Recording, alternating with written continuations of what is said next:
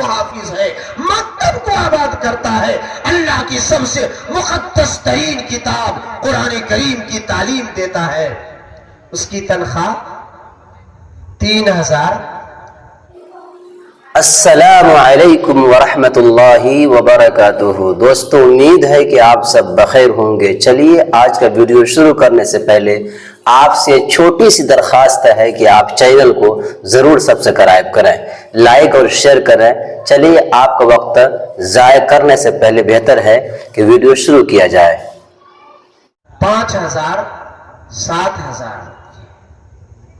کبھی آپ نے سوچا بھی ہے کہ جو قوم کا سب سے امیر المومنین یعنی امام ہے، مسجد کی رکھوالی کرتا ہے، اور قوم کا بچہ ہو ان کی کان میں اذان دے، نکاح کی باری آئے ان کو نکاح پڑھائے، اور جتنی بھی دینی ضروریات ہے اس کی تکمیل آپ کا امام کرے، محلے کا حافظ اور محلے کا عالم کرے، لیکن جب وہ اللہ کا قرآن پڑھاتا ہے اور سب سے محترم بشان عبادت نماز کے لیے محلے کا جب اسے امام بنایا جاتا ہے، سب سے معمولی تنخواہ اس کو دی جاتی ہے۔ میں سمجھتا ہوں یہ علم دین کی توہین ہے، تحقیر ہے، اس کی اہانت ہے، ذلت و رسوائی ہے۔ اس لیے اے میرے قوم کے لوگوں، اللہ کے واسطے تعلیم کی اہمیت کو سمجھو۔ اگر آپ نے اپنے بچوں اور بچیوں کو تعلیم سے آراستہ نہ کیا، میں قسم کھا کر کہتا ہوں آپ کے بچے جب 12 سال 14 سال کے ہو جائیں گے، ان کے ہاتھوں میں کورکس کی بوتلیں ہوں گی۔ اگر آپ نے اپنے معصوم بچیوں اور بچیوں کے ہاتھوں میں کتاب نہ دیا، اسکول کا بستہ نہ دیا، مدرسے کا یونیفارم نہ دیا، مکتب کا بستہ نہ دیا، اللہ کا قرآن نہ دیا، دین کی تعلیم نہ دی، کلمے کی تعلیم نہ دی، تو ان کے ہاتھوں میں، ان کے جیب میں نٹرا بھن کی گولیاں ہوں گی۔ کہیں وہ گانجا پیے گا اور کہیں نٹرا بھن کی گولیاں کھائے گا، کہیں وہ فروٹی سونگے گا، کہیں وہ نشے آور چیزیں کھا کھا کر اپنے ہوش و حواس کو کھو بیٹھے گا۔ آج آپ نے دیکھا ہوگا یہ نوجوان نسل 14-15 سال کا بچہ، ان کے ہاتھوں میں، ان کے جیب میں کورکس کی بوتلیں ہیں، اور ظالم جھولا چاپ ڈاکٹر اور بہت سے قوم کے رہزن اور ظالم اور لٹیرے جو سماج کو تباہی اور بربادی کے تہانے پر لے جاتے ہیں، وہ کورکس کے کارٹون کی سپلائی کر کر کے لاکھوں روپے کر کے بظاہر وہ اپنی دنیا کو بنا رہا ہے، اپنی بلڈنگ بنا رہا ہے، لیکن سماج کو اور معاشرے کے بچوں کو کھوکھلا اور ان کے مستقبل کو برباد کر رہا ہے، برباد کر رہا ہے۔ اس لیے اگر یہ قوم چاہتی ہے کہ ہم بھی چاند پر پہنچے، سورج پر پہنچے، کچھ دنوں پہلے، اس سے پہلے ارریہ ضلع کی ڈی ایم کون تھی؟ ارے بول کیوں نہیں رہے؟ میں چوکی بلاک میں موجود تھا۔ قسم ہے رب ذوالجلال کی، 55 سال، 40 سال، 45 سال، 50 سال کا ان ڈپارٹمنٹ کے جتنے افسران آئے، عنایت کھا کے قدموں کو چھپ کے سلام کرتا ہے۔ اور مسلمانوں، اور پیچیلی اور شیام پور اور قرب و جوار سے آئے ہوئے نوجوانوں، وہ سلامی عنایت خان کو نہیں بلکہ وہ سلامی علم کو تھا، وہ شکشا کو تھا، وہ ایجوکیشن کو تھا، وہ تعلیم کا پاور تھا، وہ علم کا پاور تھا کہ عنایت خان جس راستے سے گزرتی بڑے بڑے افسران ان کو جھک کر سلام لیتے تھے۔ اس لیے خدا یہ اسکول بظاہر پھوس کا نظر آ رہا ہے، چھپر کی شکل میں آ رہا ہے، بے بسی اور بے کسی کے عالم میں ہے۔ اس کو مضبوط کرنا، ان کی عادتوں کو مضبوط کرنا، یہ آپ کی ذمہ داری ہے۔ اور اگر آپ چاہتے ہیں کہ یہ اسکول ایک مثالی اسکول بنے، ایک مثالی ادارہ بنے، تو پیسوں کی بھیک نہیں مانگتا حافظ علی حسن، میں ان کی ترجمانی کرتے ہوئے بچوں کی بھیک مانگتا ہوں کہ آپ اپنے بچے اور بچیوں کو اسکول میں بھیجیے اور جو وقت پر فیس ہے 150 200 250 300 خدا کے واسطے اس کو وقت پر ادا کرنے کی کوشش کرے. چونکہ وہاں پڑھانے والے اساتذہ 3000 4000 5000 ان کی تنخواہیں ہیں. اگر وہ تنخواہ بھی وقت پر نہ ملے تو آپ کے بچوں کو وہ علم کی دیا کیسے جلائے گا؟ ان کی بھی تو ضروریات ہے.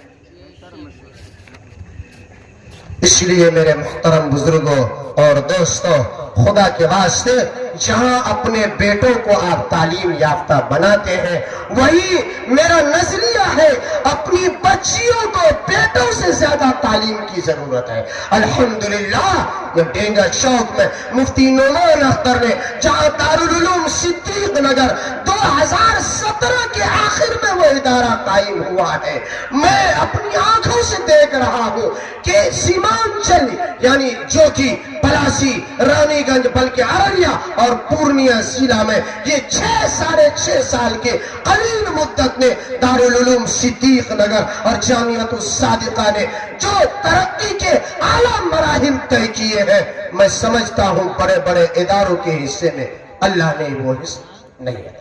یہ مفتی نعمان کی مقبولیت کی حالت، اللہ نے اس بندے کی کون سی ادا کو پسند کیا. ایک پودا جو 2017 کے آخر میں مفتی مامون رشید اس علاقے کا سب سے کم عمر اور کم سن پودا دارالعلوم صدیق نگر، اور جو سب سے زیادہ پھل دینے والا، سب سے زیادہ پاراور ٹہنی والا، فیض پہنچانے والا، اگر سیمانچل میں اس قرب و جوار میں کوئی ادارہ ہے تو کون سا ہے وہ؟ دارالعلوم صدیق نگر. میں تمام باشندگان پیچیلی اور شیام پور کو آنے کی دعوت دیتا ہوں. جب بھی اس راستے سے گزرے ضرور اس ادارے میں آ کر آپ ہماری حوصلہ افزائی کریں.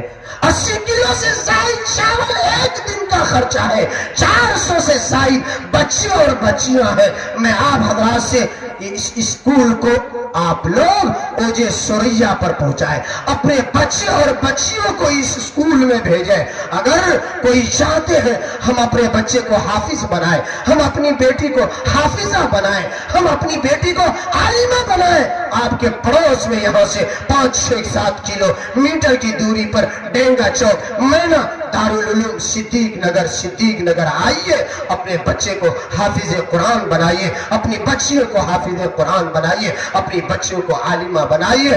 اللہ سے دعا ہے مولانا علی حسن نے جو یہ اسکول قائم کیا ہے، یہ ادارہ قائم کیا ہے، اللہ جس طرح سے علی گڑھ یونیورسٹی، جامعہ ملیہ اور دیگر ادارے کا فیض پوری دنیا میں پھیلا رہا ہے، اللہ اس ادارے کا فیض اس بستی میں، اس قرب و جوار میں یہاں کے بچے اور بچیاں یہاں سے تعلیم حاصل کر کے اعلیٰ سے اعلیٰ تعلیم حاصل کرنے کے لیے وہ علی گڑھ جائے، ٹی یو جائے اور جامعہ ملیہ جائے اور پنڈت جواہر لال نہرو اور ہندوستان کی بڑی بڑی یونیورسٹیوں میں جا کر یہ قوم کے بچے کوئی پروفیسر بنے، کوئی ڈاکٹر بنے، کوئی وکیل بنے، کوئی انجینئر بنے.